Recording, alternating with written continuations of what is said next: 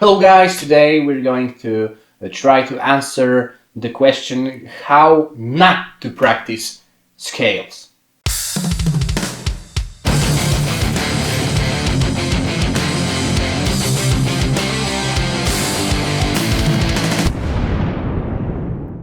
Before we start, be sure to give a thumb up, to subscribe to be up to date with the new videos. A lot of beginners have a tendency when they finally decide to learn scales, they just surf the internet and apparently they end up finding some kind of diagram and stuff and just play it.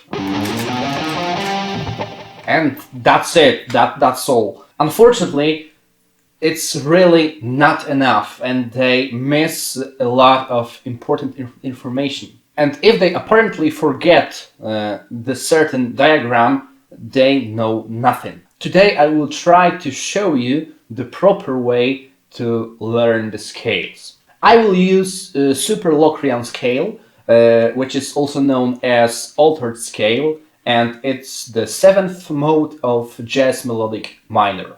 By the way, I am detuned to E flat standard. It is on my 7th string B flat standard. And on the 7th string I can play it in a very nice way through 3 octaves.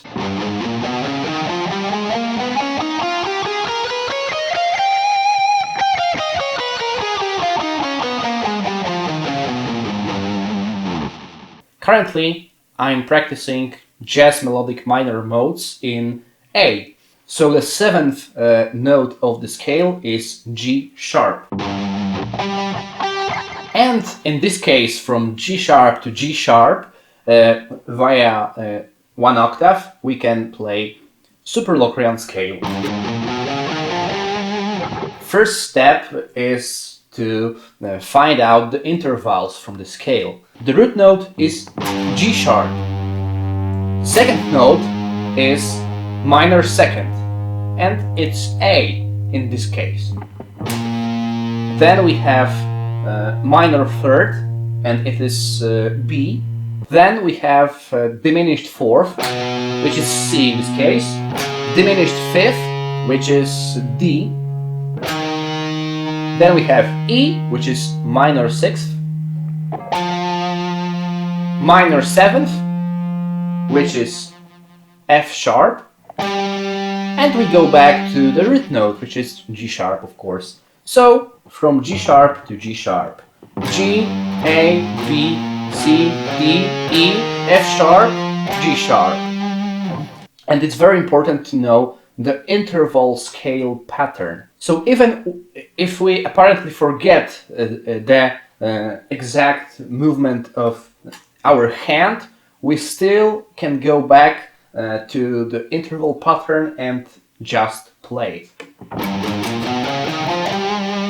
Of course, I will play the same through 3 different octaves.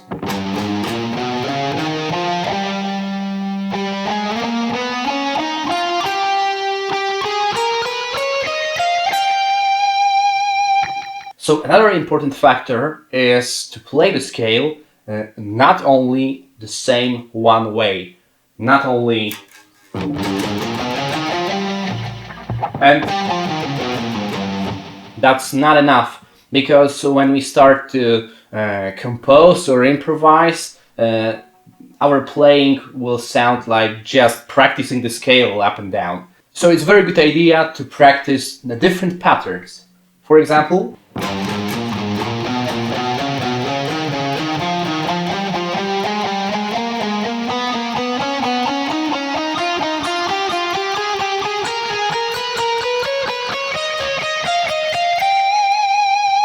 okay, that's one example, and of course you can play it from the high notes to the low. Maybe another way.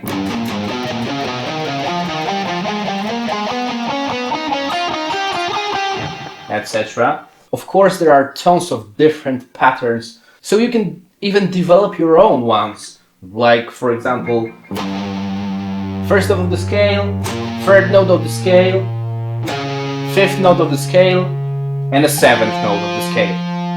Okay? And from the second note of the scale, exactly the same. Second, fourth, sixth,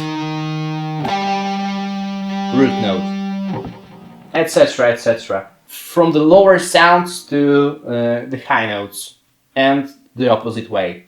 Just as simple as that. Be sure to learn as much patterns as you only can. So it could be your first step to develop the creativity, because if you know different patterns, you can change them in your own way and get some very interesting result. In the scales, there are also some hidden, very interesting and useful information. What is the information? The information about the chords, the possible chords. There are many of them, but of course we can play very simple chord tones like root note, third, and fifth. Diminished fifth, of course. So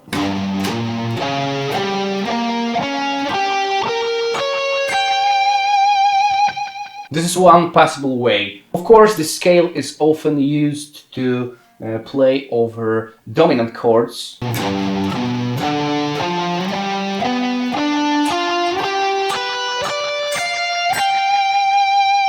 Of course, we can develop many other interesting chords from this particular scale. For example, G7, flat 5th, flat 9th.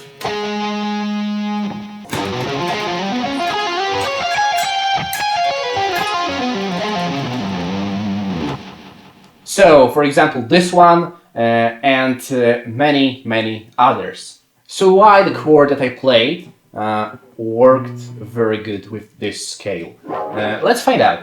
So we have the root note, which is G sharp.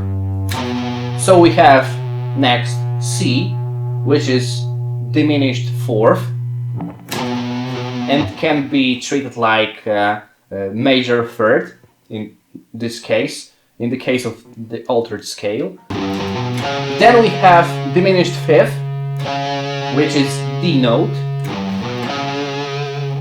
Then we have seventh, which is F sharp, and A, which is of course minor ninth. And I go to the root note and play the same exact pattern.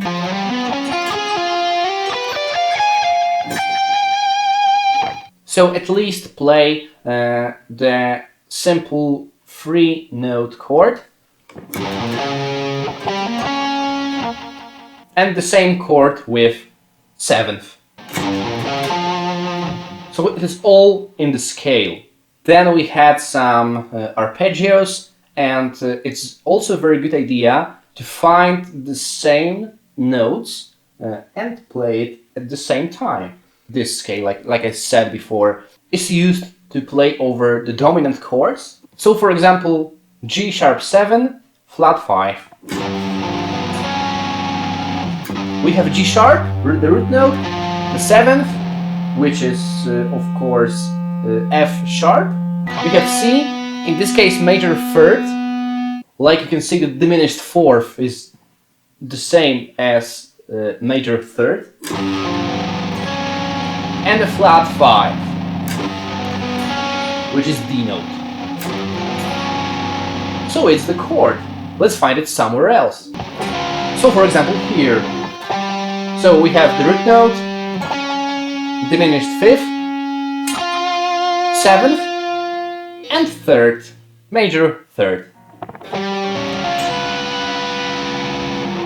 Of course, there are a lot of different places on the fretboard where you can find the same chord.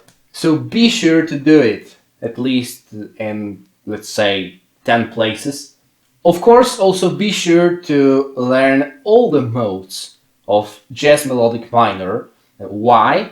For example, I will show you the Lydian augmented scale, which is jazz melodic minor from the third note. In this case, of course, C.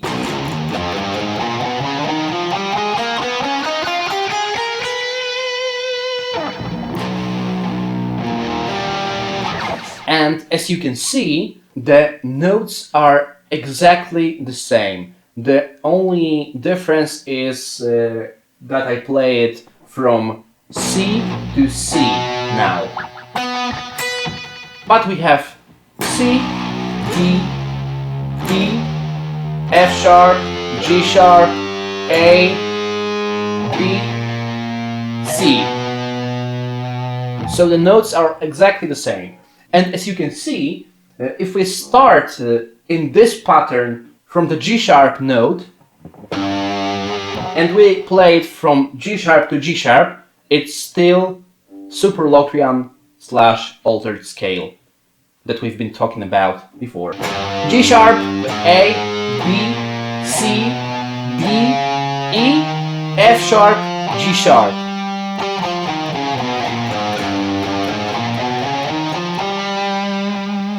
So thanks to this method, we can learn all the fretboard. So you can play the particular scale, when you practice of course, in a random place on the fretboard.